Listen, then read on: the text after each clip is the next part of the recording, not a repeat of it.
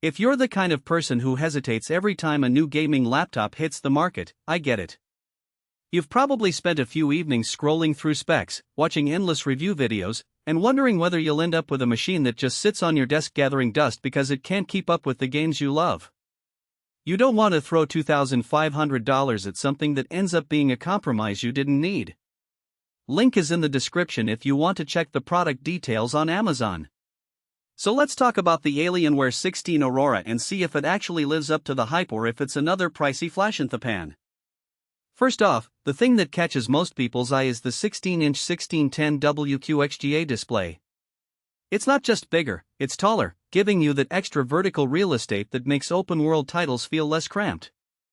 In practice, I tried a couple of recent releases Cyberpunk 2077 and Elden Ring, and the extra lines of resolution meant I could see more of the map without constantly panning, which is a tiny but genuine quality of life boost.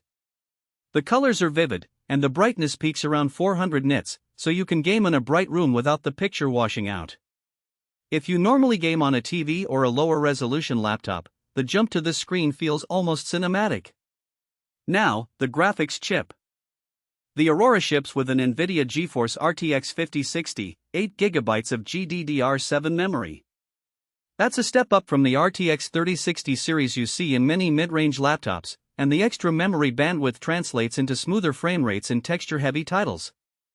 When I ran Starfield at 1080p with medium settings, I was consistently hitting 7080 frames per second, and I could push a few settings higher without dipping below 60 frames per second. The RTX 5060 also handles DLSS 3 well, meaning you can crank up the resolution without sacrificing smoothness. For someone who plays competitively and cares about consistent frame times, that GPU is a practical advantage, not just a marketing headline. But the real story is how the laptop manages heat. Alienware has put a new vapor chamber cooling system under the hood, paired with a dual fan layout that actively pushes hot air out the rear. In my testing, during a marathon Fortnite session lasting 2 hours, the CPU stayed under 85°C and the GPU hovered around 80°C. Those numbers are respectable for a 16-inch chassis, and the fan noise, while audible, never rose to a point where I had to raise the volume of my headset. That said, if you're planning to game on a cramped bedside table, the fan will still be noticeable. It's not a silent assalibrary machine, but it won't scream like some other high-performance laptops either. The 16GB of DDR5 RAM feels a bit modest when you consider the modern memory demands of games that use large textures and physics simulations. In everyday use browsing, streaming, word processing, there's no lag. However, if you plan to run multiple heavy applications at once, such as streaming your gameplay on Twitch while editing video in the background, you'll feel the pressure. The laptop does allow a RAM upgrade, but the cost of adding another 16GB of DDR5 can push you into the $3,000 range, which is something to keep in mind if you're budget conscious. Storage is where the Aurora shines. A 1TB PCIe SSD gives you lightning-fast load times.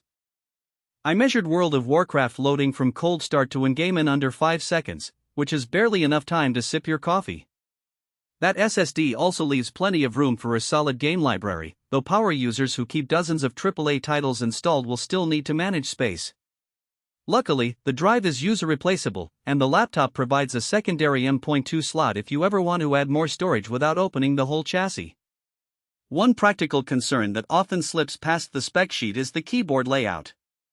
Alienware went with a full-size key set, but the keys are a bit shallow compared to mechanical keyboards. For long gaming sessions, the tactile feedback is decent but not as satisfying as a high-end mechanical board. If you're a typist who likes a firm click, you might find yourself reaching for an external keyboard. The backlighting is customizable, which is nice for matching your rig's aesthetic, but it's not a core performance factor. Battery life is another area where reality meets expectation. With a 99 Wh battery, you might think you could game unplugged for a few hours, but heavy gaming drains it quickly. In my real-world test, after about 45 minutes of Valorant at medium settings, the battery dropped to 50%. If you plan to game while traveling, you'll need to bring the charger or accept short sessions. For day-to-day tasks, email, browsing, streaming, you could stretch the battery to 6 or 7 hours, which is decent for a laptop of this class. So, who should actually buy the Alienware 16 Aurora? If you're a serious gamer who wants a portable machine capable of handling the latest titles at high settings, especially if you value a premium display and a cooling system that won't throttle you mid-match, this laptop